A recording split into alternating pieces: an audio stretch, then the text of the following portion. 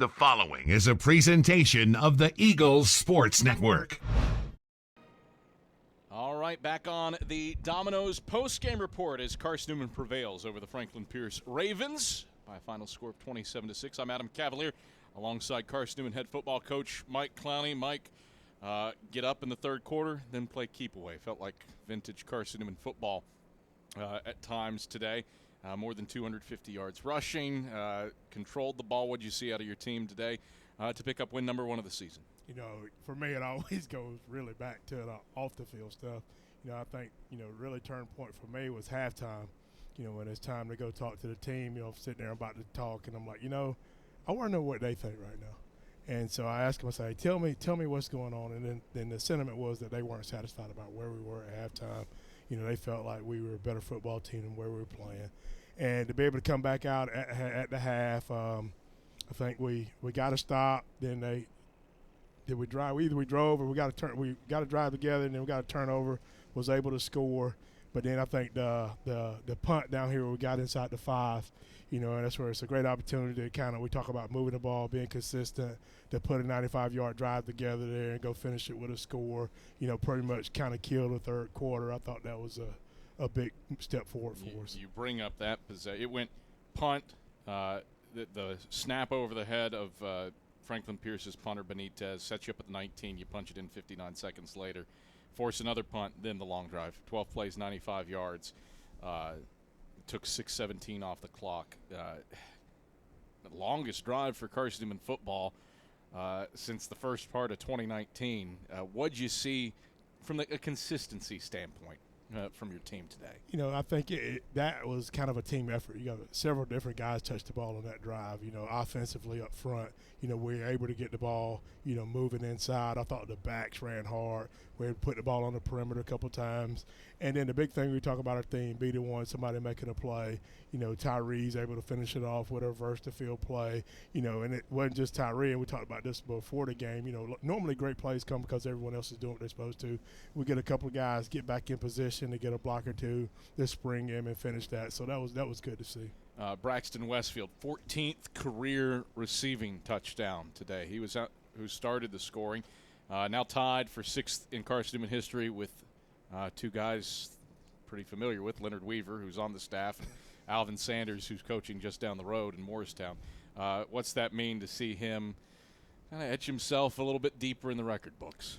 Braxton's a premier player, and that's where, the biggest thing right now with him is just kind of, finding ways. Everyone knows he's out there, finding ways to kind of be creative, get him the ball. Him kind of – I thought he did a good job today of being patient, because everything's there to where we had to be able to run the football and we, get to throw the ball to Braxton as much as we would like to. But I thought he was patient, and he still was able to make plays right there. Get Nate Kraft back, and what's he do? Blast the 8th 50-plus yard field goal in Carson-Newman football history. Nice to have that range back kicking the ball for your team. I'm excited about Nate because, I think even more so than him kicking a 50-yard field goal, his story to getting back here to be able to do that is just an absolutely phenomenal story. And it's something that's, I continue to tell him every day, man, like, you're going to have a testimony that's absolutely unbelievable when the Lord's put you in a position to start talking about it. And just to be able to see the circle that he's made, to be able to be back here and kick today after being here away from here for 2 years, that's exciting. Defensively, you limit the Ravens to 232 yards of offense. Had to go up against the Northeast 10's Offensive Player of the Year from a year ago in E.J. Burgess. What did you see out of the defensive side of the ball today? I was excited about the way they ran to the football. I thought they played well together. I thought for the most part we competed on the back end. But I think the big thing there is, we still made some mistakes that we'll talk about when we go in the locker room. Like, we'll still have to we missed some tackles. That's the thing that you would be discouraged about. We got behind guys rather than finishing and running through them. But I'm capable of talking and fixing the TV monitor. I appreciate that. You heard the little rumble, Mike Clowney, a little forearm shiver to the broadcast monitor behind it, but you got it back. We got it back together. That's what matters. I mean, you tear it up, you just got to fix it. We'll put you on the camera crew. Okay, all right. You take the week off. Alonzo Houston all over the place. DeAndre Williams all over the place. Pass rush was off the charts good today. How did your defensive front set the tone? I think that's just one thing, like late in the game. Like, we're playing so many guys that late in the game we're still able to have good energy to be able to get the quarterback track down, to get him on the ground.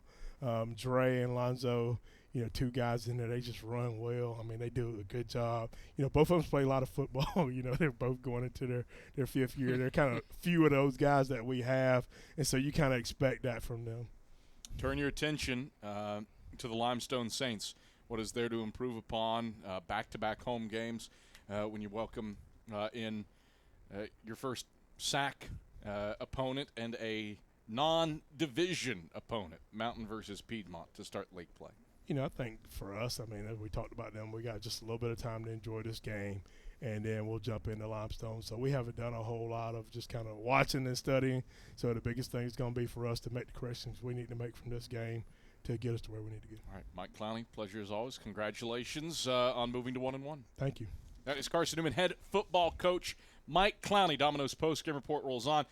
We speak with Callum Clements, Alonzo Houston, Ivan Corbin, Tyrell Ragland. All headed your way when we come back after this on the Eagle Sports Network. How do you show your